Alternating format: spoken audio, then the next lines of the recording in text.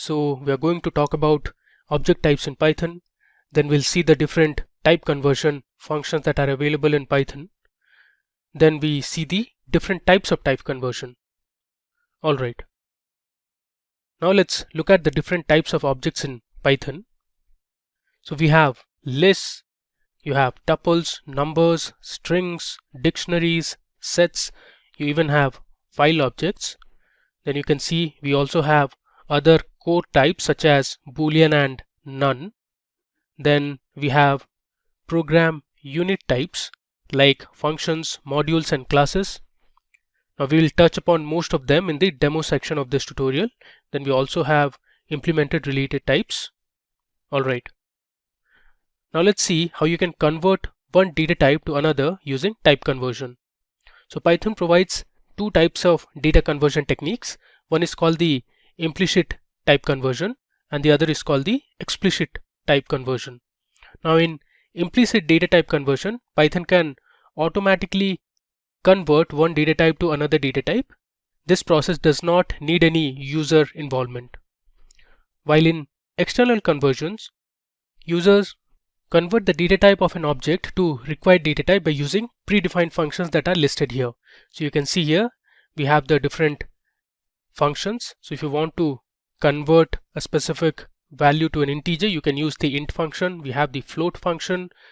Now we have something called as ORD. So the ORD function accepts a string of unit length as an argument and returns the Unicode equivalence of the passed argument. Now we also have hex and oct. So the hex function is used to convert an integer number to its corresponding hexadecimal value. Similarly, the OCT function will convert the corresponding, or let's say will convert an integer number to its corresponding octadecimal value. We have tuple, list, set, dictionary. Str is for string. You can convert a number into a complex number by providing its real and imaginary part. Now we also have the chr or the character function. Now this is how the basic general syntax looks like. You have the required data type followed by the expression. Okay. So let's head over to our Jupyter notebook and learn the different types of objects as well as look at the type conversions in Python. Okay, so here I am on my Jupyter notebook. Let's first look at number objects. So I'm giving a comment as number objects. Alright, let's say I have a variable called num which is equal to, let's say, 2. Now it's very simple that 2 is an integer. So if you want to check the type, you can just use the type function and it gives us int, which means integer. So here 2 is of a type called number object. Let's say you want to pass a floating value, that's a 2.0. See the results. 2.0 is of type float, and again 2.0 or 2.0 is a number object. Now you can perform various operations on number objects. Suppose you want to add a few numbers. So let's say 321 plus 365 and I'll say add. It gives us the addition of these two numbers, which is 686. Now let's say you want to perform a multiplication operation. Let's say 62 multiplied by 2.5. If I hit shift enter, it gives me the multiplication or the product of these two numbers, that is 55.0. Now Python by default will convert the result to a floating point number if there is one integer and this one float. If you want to return the exponent of a number, let's say I want to know 2 raised to the power 4. So I'm using double asterisk to represent the exponent operator. If I hit shift enter, it gives us 16. So it's basically 2 multiplied 4 times. Now you can also import specific libraries. So let's say I want to import the math library and I want to print the value of pi.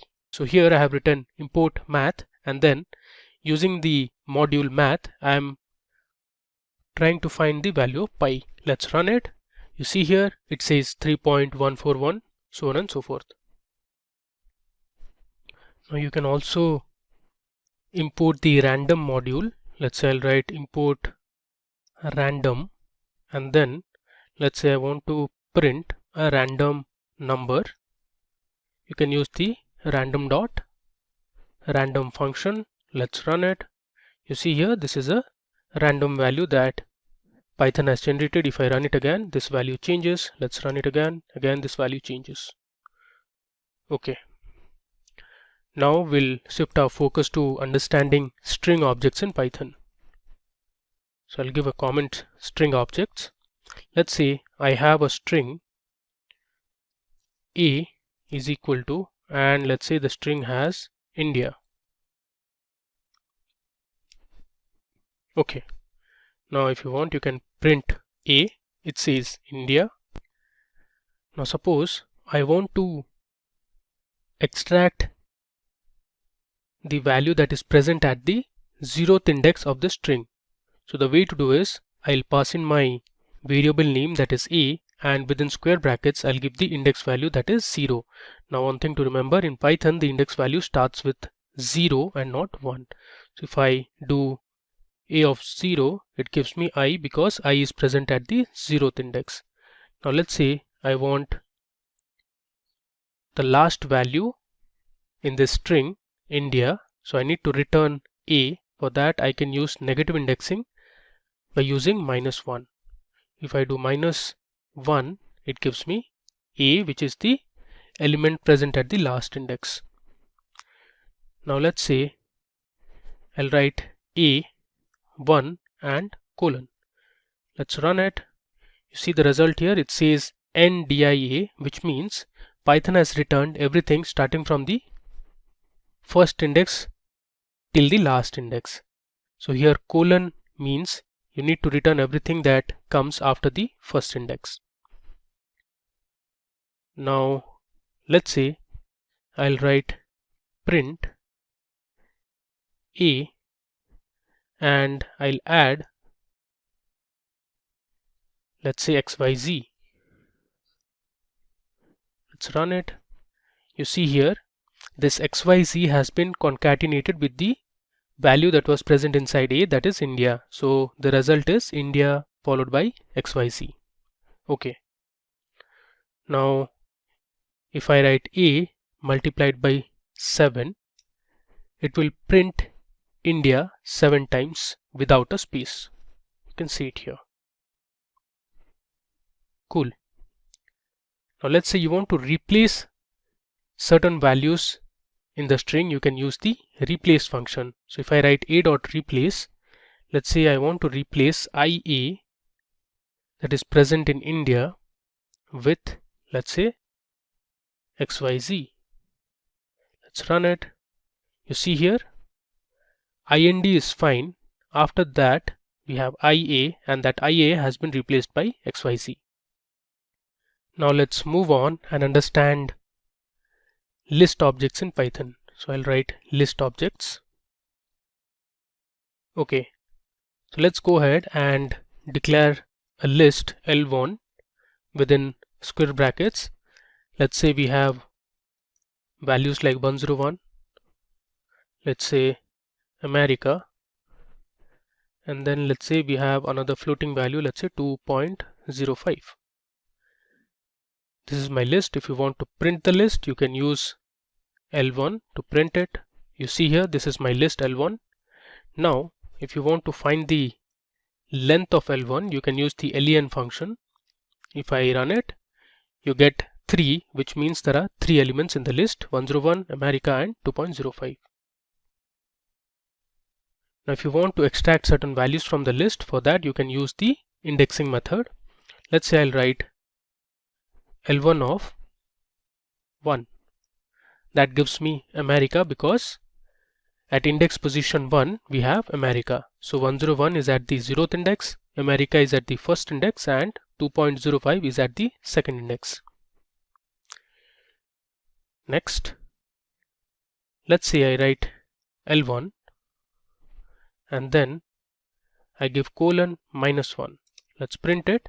So that gives me 101 in America. So what it does is this colon -1 will exclude the last index and print the other two elements in the list.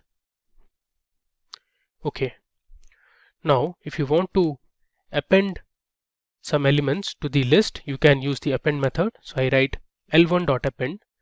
Within brackets, I'll give my value, let's say USA. Now let's go ahead and print L1. If I run it, you can see the difference.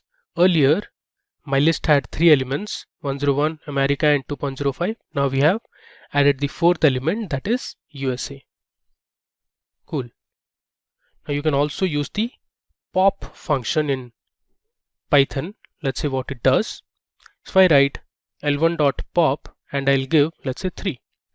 If I run it, it returns me USA because USA is present at the 3rd index of my list.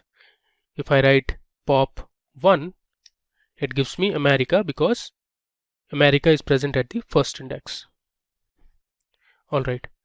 Now you can also reverse the elements in a list. If I write L1 dot reverse function, if I run this and then I'll print L1, you see the result here. We have 2.05 and 101, which is printed in reverse order. The reason being, we have already popped America and USA out and we are only left with 101 and 205, and if we reverse the current list, it will be printed as follows. So 2.05 comes at the beginning and then we have 101. Let me just rerun my list again to show you the difference. I have run my L1. Let's run this append query, and now let's use the reverse function. There you go. So now our original list has been reversed. So you have USA at the beginning and 101 towards the end. Okay. Now moving ahead, let's see the next type of object in Python, that is dictionaries. Okay. Let's say I'll create a dictionary called dict1, and you might be aware that dictionaries are created using the curly braces. So I'll have my key value pairs. Let's say my key is 1 and the value it holds is, let's say, the names of animals, tiger, comma, we'll have the second key and that second key will have the value, let's say lion, and let's say we have another element with the 3rd key and let's say we have mouse. Okay. Now let's print our dictionary. So this is how my dictionary looks like. Now you can display the keys by using the keys function. So this will return all the keys present in the dictionary. You see here 1, 2 and 3 are my keys. Similarly, you can display the values in the dictionary. You need to change these keys to values. If I run it, you see here tiger, lion and mouse are the 3 values. Now suppose you want to add another element to your dictionary. For that you can write dict1 and give the 4th key equal to the value, let's say cat. Now let's run dict1 and see the difference. There you go. So here we have added another element to the dictionary, which is cat.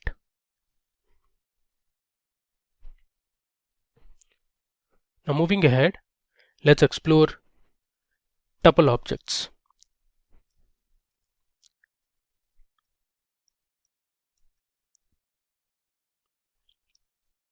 Okay, so we'll create a tuple called t1 equal to, we'll have the values 1, 2, 3, 4, and let's say you want to print the length of tuple t1. It gives you 4 because we have 4 elements in the tuple t1. Now let's say I'll declare one more tuple called T2, and this time we'll have two more elements in the tuple. So I'll write T1 plus followed by the two elements that I want, let's say 7, 9, and I'll print T2. If I run it, you can see here we have added 7 and 9 to our original tuple that had 1, 2, 3, 4. Now you can also use the indexing method or the slicing technique to extract values from the tuple. Let's say I write T2 of 3, it will return the third element that is present in tuple T2. So if you see here, my third index has the element 4, hence it has returned 4. Cool. Now moving ahead, let's see how file objects work in Python. Alright. Now using Python you can create files. Let's say I want to create a text file in Python using the Jupyter Notebook. For that I can write f1 equal to, I'll use a function called open, and inside this open function I want to create a text file, and first I'll write something into that file. Let me show you. So this is a folder that I have. The folder name is called object types and it is present in my desktop.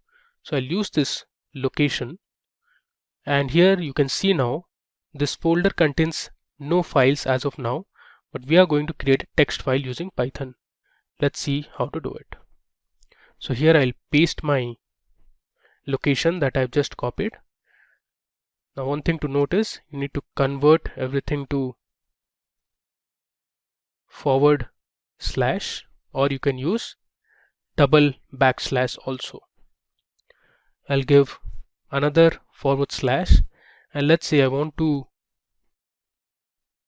create a file in the name of data.txt. So it is going to be a text file. Make sure everything is inside single quotation, and I want to open the file in write mode. So I'll write W here. Let's run it and see the difference. Now if we check our folder, you see here earlier there was no data file. Now we have created a text file in the name of data. You see here there are no information or data inside this text file. Next we are going to add some data to this text file. Let's go back to our Jupyter Notebook.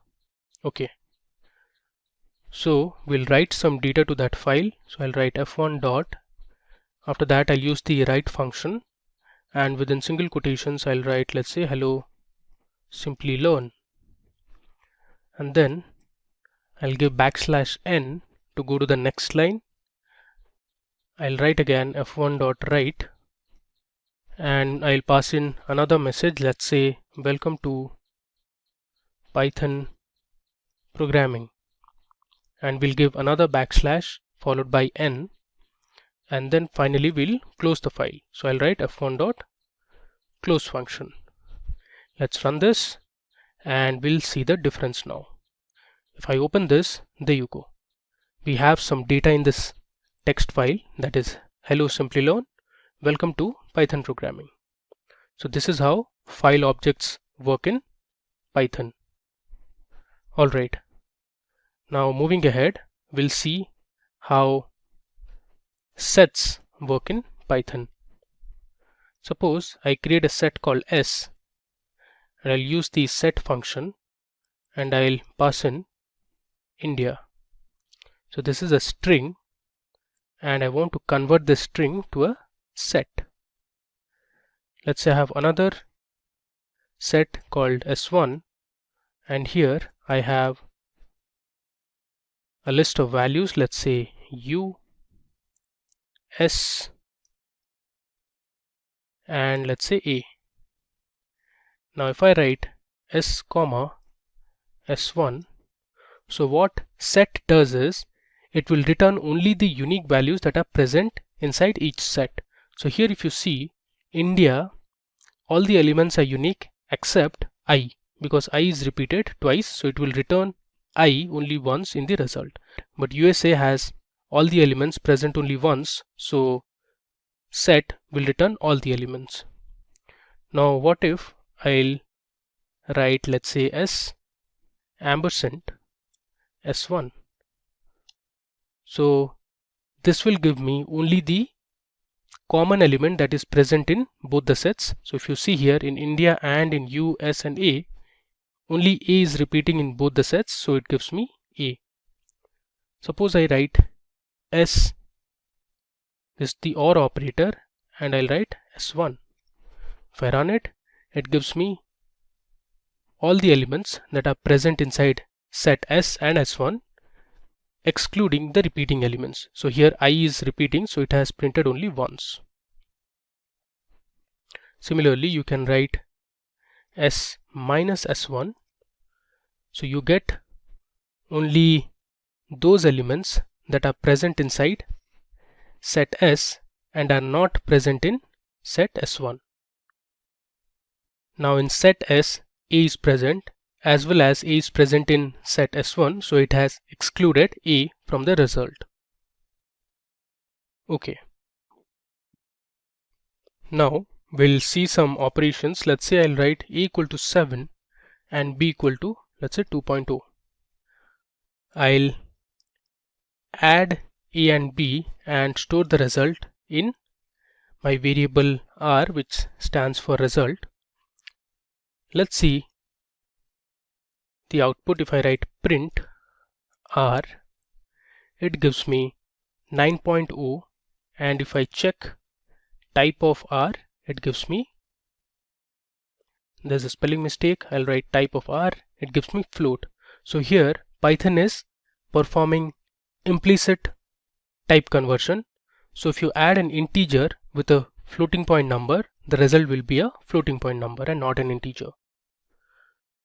Now if you say A equal to 7 and let's say B equal to same 2.0, and this time I am explicitly defining my result to be an integer, so I'm using an integer function. So if I write A plus B and if I print R, you see the result, it has given me an integer which is 9.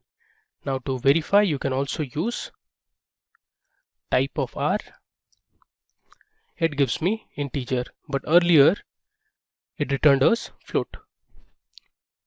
So this is how implicit and explicit conversion work in Python. Now this example was for numbers. Similarly, you can also perform for strings and for lists, tuples and sets. Now moving ahead, one thing I wanted to tell you was you cannot add a string and an integer. Suppose I'll give a comment, string and integer addition. Suppose I have a variable called A which has a value of 7, so 7 is an integer here. Then I have a variable called B which has a value 2, but this time I'll assign this 2 within quotes, so this becomes of type string. Now if you want, you can check that as well. If I write type of 2, rather type of B, it will give us str, which means string. Now let's say I'll write R, which stands for result, equal to A plus B. Now if I print R, it will give us an error because you cannot add a string with an integer. So it says unsupported operand. The way to fix this is you need to convert this string into an integer explicitly.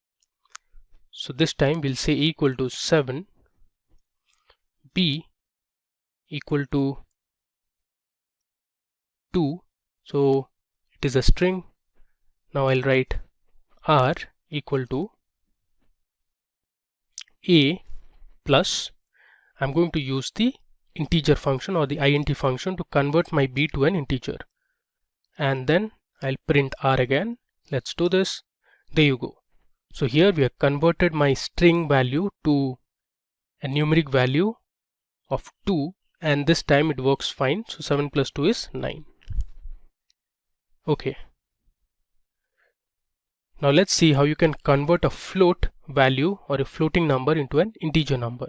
Let's say I have a variable called a which has a value, let's say 77.9, and I'm going to create another variable called int_a, and I'll pass this to my integer function. So it has int of a. Now let's print int_a. So you have 77. So my integer function has truncated the decimal point value that had 0.9. If you want to check the type, you can use the type function. I'll write type of int_a. So it gives us integer. Now you can also convert an integer to a floating point value. So if I have a variable called a that has a value of, let's say, 50, and if I write float_a equal to, I'll use the float function to convert the variable a to a floating point value, and let's print float_a. So it gives us 50.0 instead of 50. You can also check the type of float a. It gives you float. Okay. Now you can also convert an integer to a complex number. Let's say I'll take the same value equal to 50. I'll write comp_a, which stands for complex a. I'll use the complex function and pass in my variable that is a. Now let's print comp_a. So it gives us 50.0j. So 50 is the real part and 0j is the imaginary part. You can also convert an integer to a string. I'll take the same value, let's say 50. I'll write str_a equal to str of a. So I'm using the string function to convert my integer to a string. Let's print str_a. It should be an underscore and not an hyphen. Let's run it. There you go. You have 50 within single quotes. You can also check the type of a. str_a, it gives you string. Cool. Now we learn how to convert a string to a tuple. So let's say I have a string that has India as its value. If I write ts equal to, I'll use the tuple function and pass in my variable that is s, and then we'll print ts. You can see here Python has converted my string s, which had India, into a tuple of individual elements, and my tuple is present inside brackets. Cool. Now similarly you can convert a string to a list. I'll use the same string s equal to India, and then let's say I want to convert it to a list. I'll use L1 equal to followed by the list function, and inside the list function I'll pass in my variable that is s, and let's print L1 and see the difference. You see here my string has now been converted into a list. You can also check the data type of L1 or the object type of L1. It returns you list. Similarly, you can also check the type of ts. It gives you tuple because we converted that string to a tuple.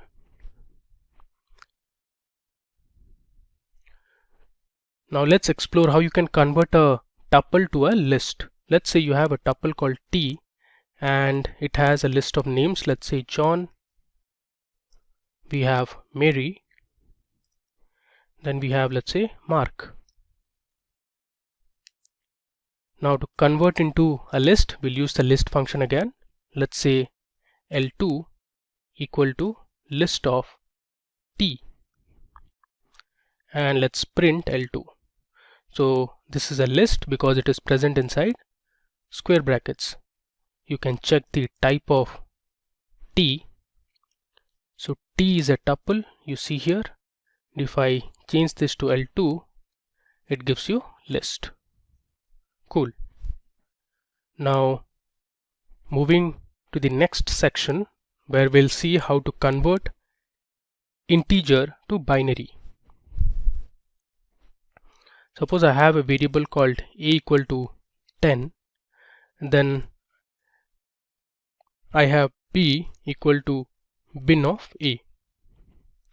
Let's say we have another variable which is c, and here I want to convert my integer into a hexadecimal value or a octadecimal value. For that you can write d equal to, use the OCT function for octadecimal value. Okay, now we are going to print them one by one. So I'll write print of b, print of c, and then we'll print what is there inside d. We'll run it and you can see the results here.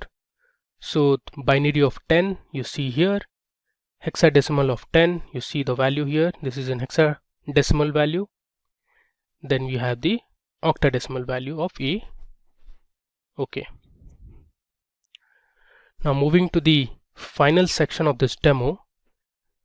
Now you can convert a number to its corresponding ASCII character. Let me show you how to do it. Suppose I have n1 equal to 76. Now if I write chr of n1 and run it, it gives me L. Now let's see our ASCII table. So this is my ASCII table, and for 76 you can see here the character is L. So this chr of n1 will return the corresponding ASCII character for that particular number. So here 76 belongs to L. Let's say we have another number n2 equal to, let's say 100. Now if I write chr of n2 and run it, it gives me lowercase d. We'll see the table again, and if you see for 100 we have lowercase d. Now here you have a list of characters. These are special characters. You have uppercase characters, you have @ you have numbers. Each of them have their own ASCII values. Cool. Now you can convert string character into Unicode values. Now let me tell you what Unicode value is. So computers on a basic level deal with numbers. So letters that appear on computers are stored by computers as a list of numbers. So the Unicode standard provides a unique number for every character and supports multiple languages and all special characters. So let's say I have a string S which has the value of capital A or uppercase A. If I write R, which stands for result, equal to ORD, so this is the function which converts a string to a Unicode value. I'll write ORD of S and will print R. If I run it, it gives me 65. So 65 is the Unicode value of A. You can also have digits. Let's say I have 7. I'll run it. So 55 is the Unicode value of the string 7. Let's try for any other letter. Let's say V and run it. You have 86. Okay. So that brings us to the end of this demo session.